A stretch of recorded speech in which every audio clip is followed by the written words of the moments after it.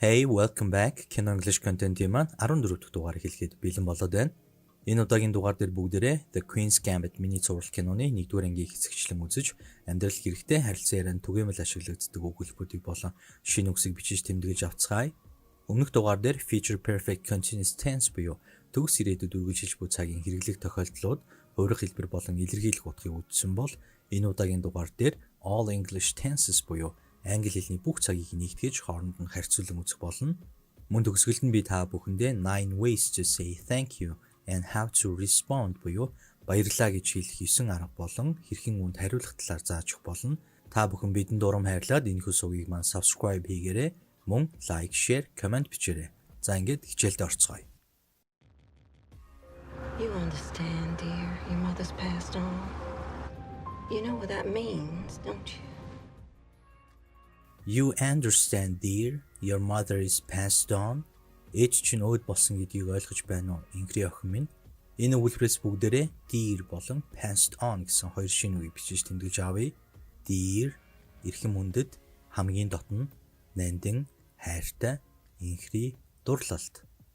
Pass on өөд болох, нас нөгчих, үхэх. You know what that means, don't you? Энэ юу гэсэн үг болохыг чи мэдэж байгаа биз дээ, тийм үү? I think, Elizabeth, you're going to find a much different life here. A better one than you might have had.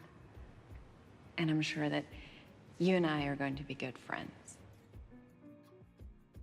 I think, Elizabeth, you are going to find a much different life here. Elizabeth, чи эндээс тис өөр амьдралыг олох болно гэж би бодож байна. A better one than you might have had.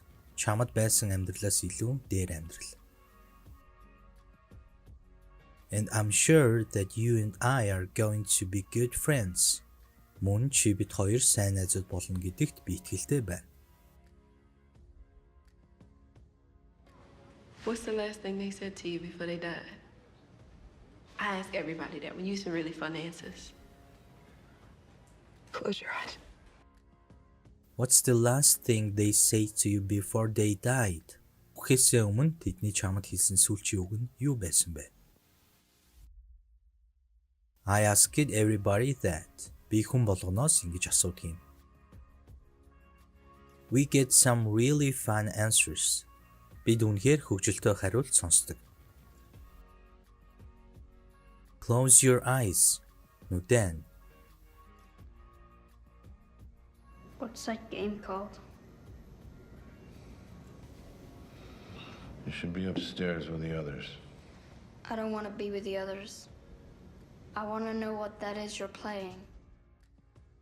What's that game called? Наад тоглоомыг чинь юу гэж нэрлэх юм бэ? You should be upstairs with the others.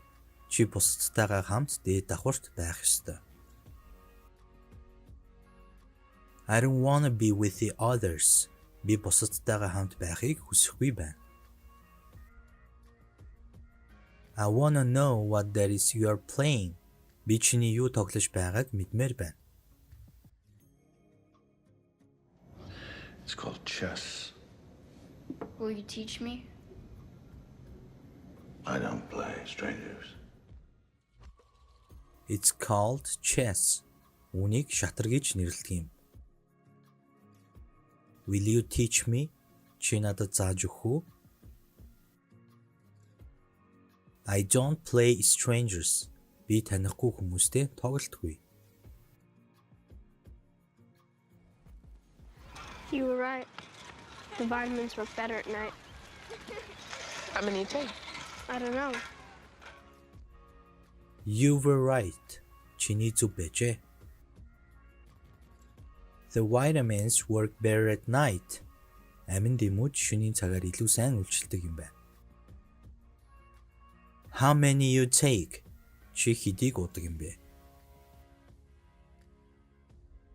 Mr. Scheibel said you play a few games every Sunday. What do you do in between? I play in my head. In your head? On the ceiling? Mr. Scheibel said you play a few games every Sunday. Ноён Scheibel чамайг бүтэн сайн өдөр болгон 100 хэдэн тоглолт тоглодог гэж хэлсэн. What do you do in between? Энэ хооронд чи юу хийдэг юм бэ? I play in my head. Би толгоон дотроо тоглодог. On the ceiling. Таасан дээр. Mr. Gans tells me that you are a gifted child. He has an unusual request to make. He would like you to be taken to the high school on Thursday. Mr. Gans tells me that you are a gifted child. Ноён Gans чамайг гоц ухаантай хүүхэд гэж надад хэлсэн. Энэ өгүүлбэрээс бүгдээрээ gifted гэсэн шинэ үгийг сурцгаая. Gifted, гоц ухаантай, гоц авьяастай, төрөлхийн авьяас чадвартай. He has an unusual request to make. Түүнд юр бусын хүсэлт байна. He would like to be taken to the high school on Thursday. Тэр чамайг пүрэв гарагт ахлах сургууль руу авч явахыг хүсэж байна.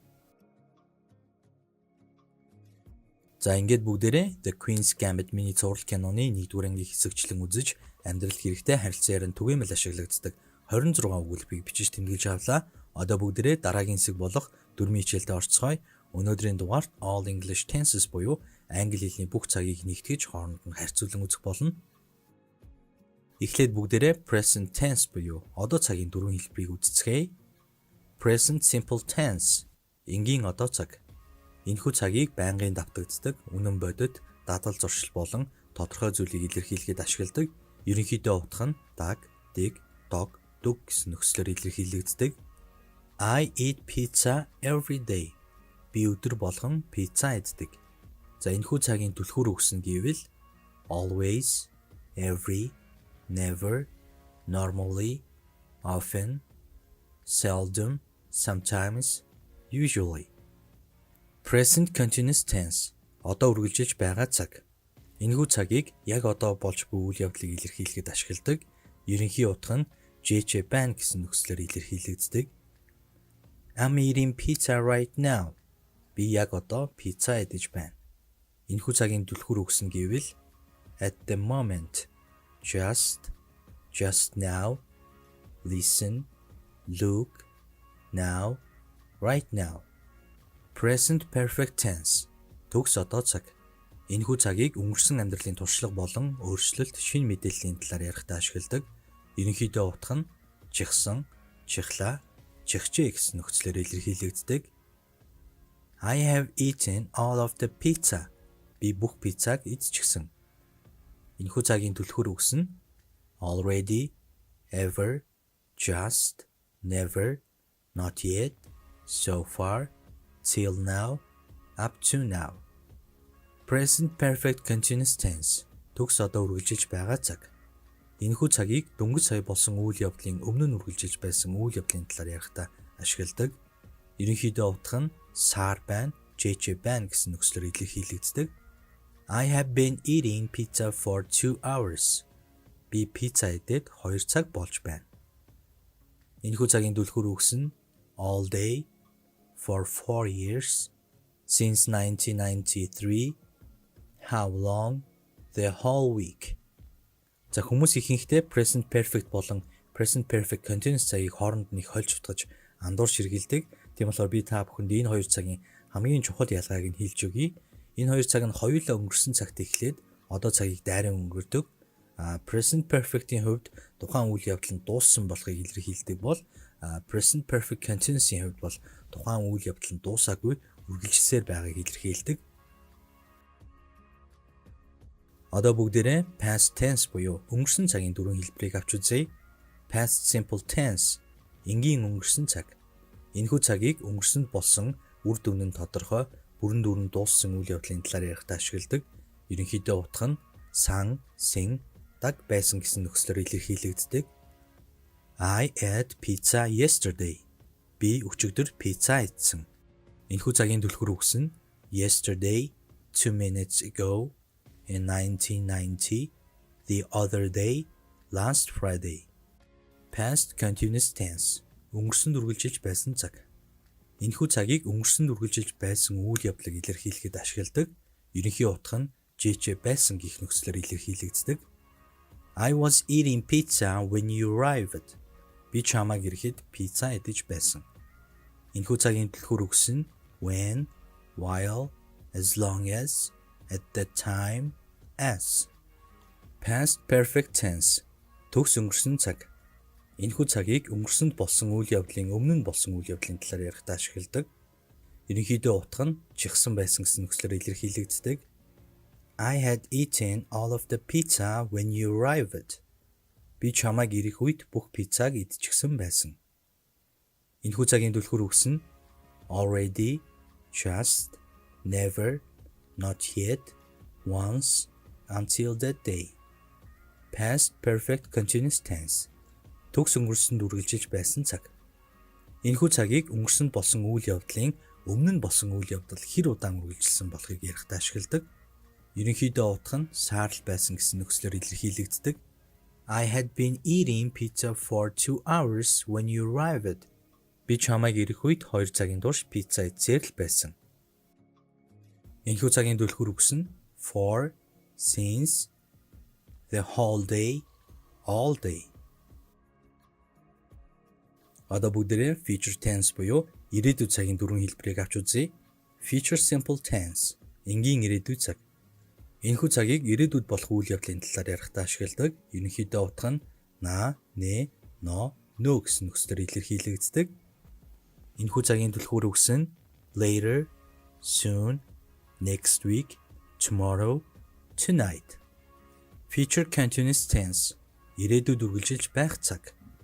Энэхүү цагийг ирээдүйн хугацаанд үргэлжилж байх үйл явдлын тухай ярихдаа ашигладаг.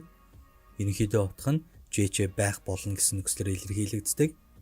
I will be eating pizza when you arrive. Би чамайг ирэхэд пицца идэж байх болно. Энэхүү цагийн түлхүүр үгс нь all day long, this weekend, at this time tomorrow. Future perfect tense. Төгс ирээдүйн цаг. Энэхүү цагийг ирээдүйн тодорхой хугацаанд үр дүн нь гарсан байх үйл явдлын тухай ярихдаа ашигладаг. Ерөнхийдөө утга нь жигсэн байх болно гэсэн нөхцлөөр илэрхийлэгддэг. I will have eaten all of the pizza when you arrived. Би чамайг ирэх үед бүх пиццаг идчихсэн байх болно. Энэхүү цагийн түлхүүр үгс нь by, before.